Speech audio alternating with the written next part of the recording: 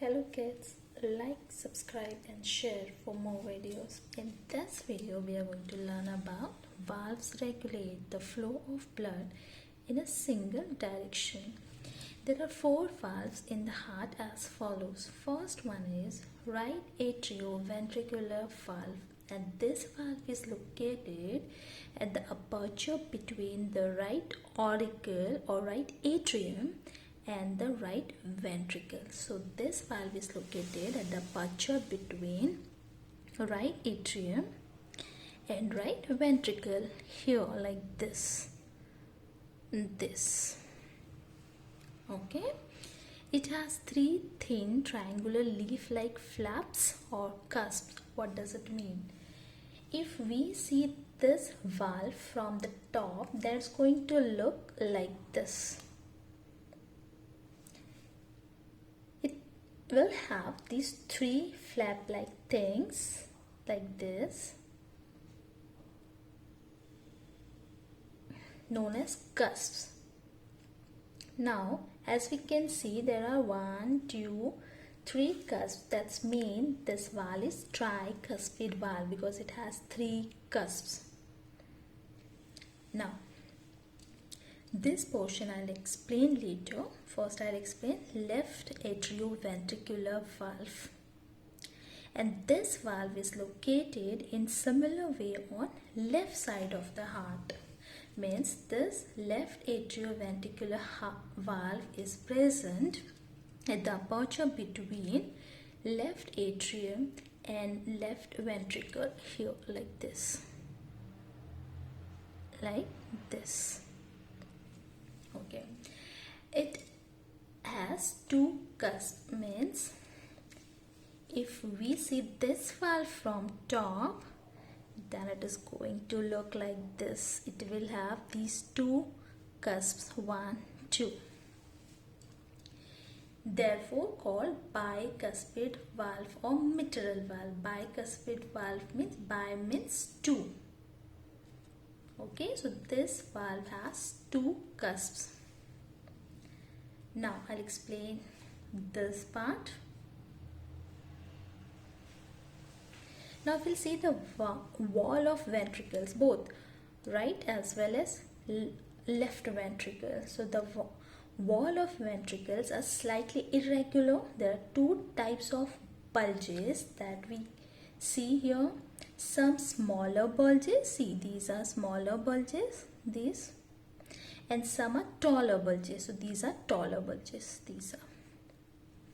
Okay, these are the taller bulges here.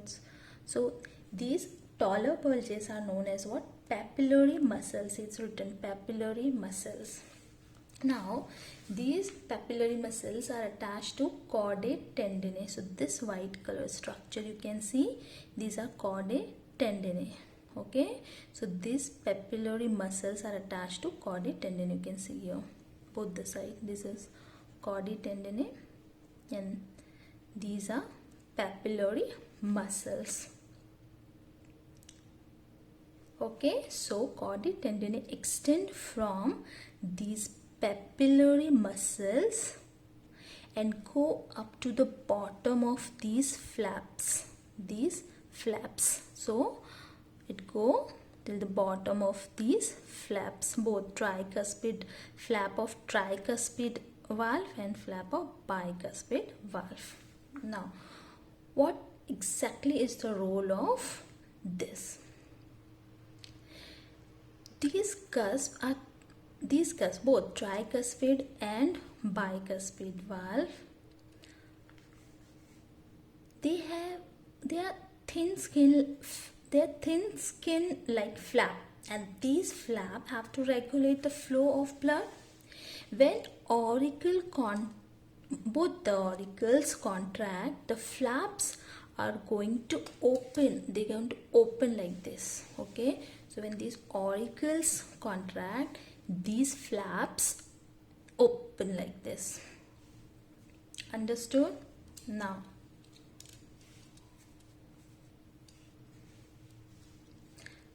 and blood from auricles from both the auricles come into ventricles from right atrium it will come into right ventricle, and from the left atrium it's going to come into left ventricle. Now after that ventricles will contract.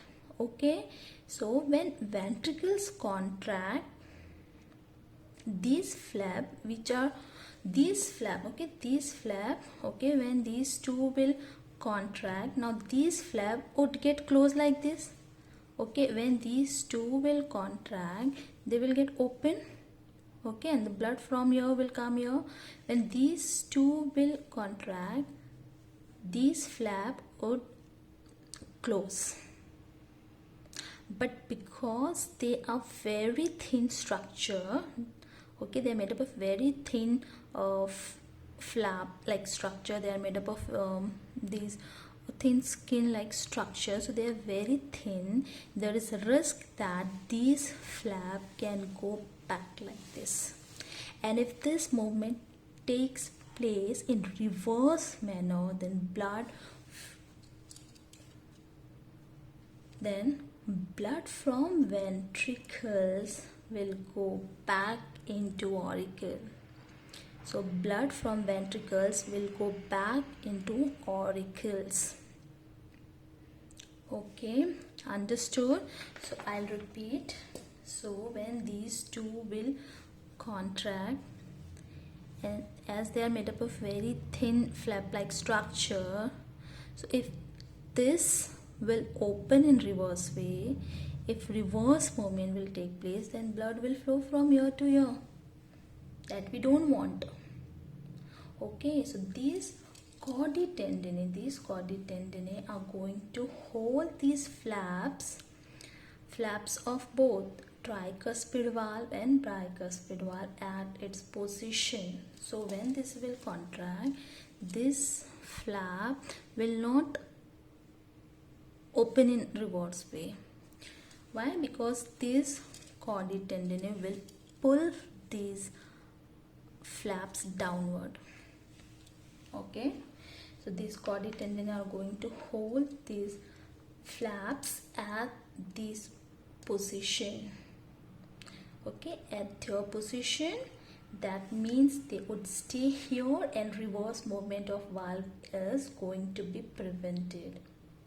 And these chordae tendineae are present in both. I told you it's present in both, in right as well as on left side.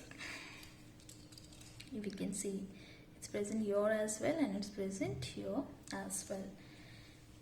Okay, so I'll read now. The apex of the flaps are held in position by chordae tendineae arising from the muscular projection of ventricle wall known as papillary muscles. Okay, from here. Now we'll do pulmonary semilunar valves are located at the opening of right ventricle into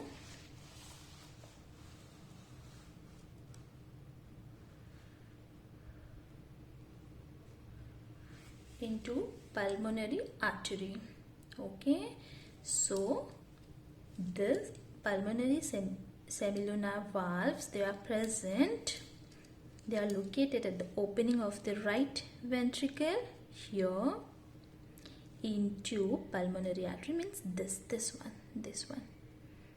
one is pulmonary semilunar valves. Now these are pocket shaped and 3 in number. 3 in number means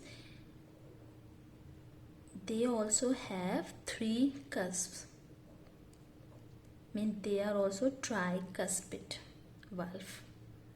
Now we'll talk about aortic semilunar valves. They are located at the point of origin of aorta from the left ventricle. This is aorta, this is left ventricle, so they are present here, this one.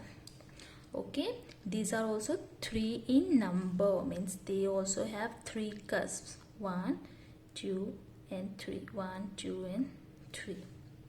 Okay, and pocket shape. So kids, remember, only right atrioventricular valve is only left atrioventricular valve is bicuspid valve. So only left atrioventricular valve is bicuspid valve. Okay, means it has only two cusps. Rest three means right atrioventricular valve and pulmonary semilunar valve and aortic semilunar valves. These three valves, they are tricuspid valve, means they have three cusps. 1, 2, 3. Thank you.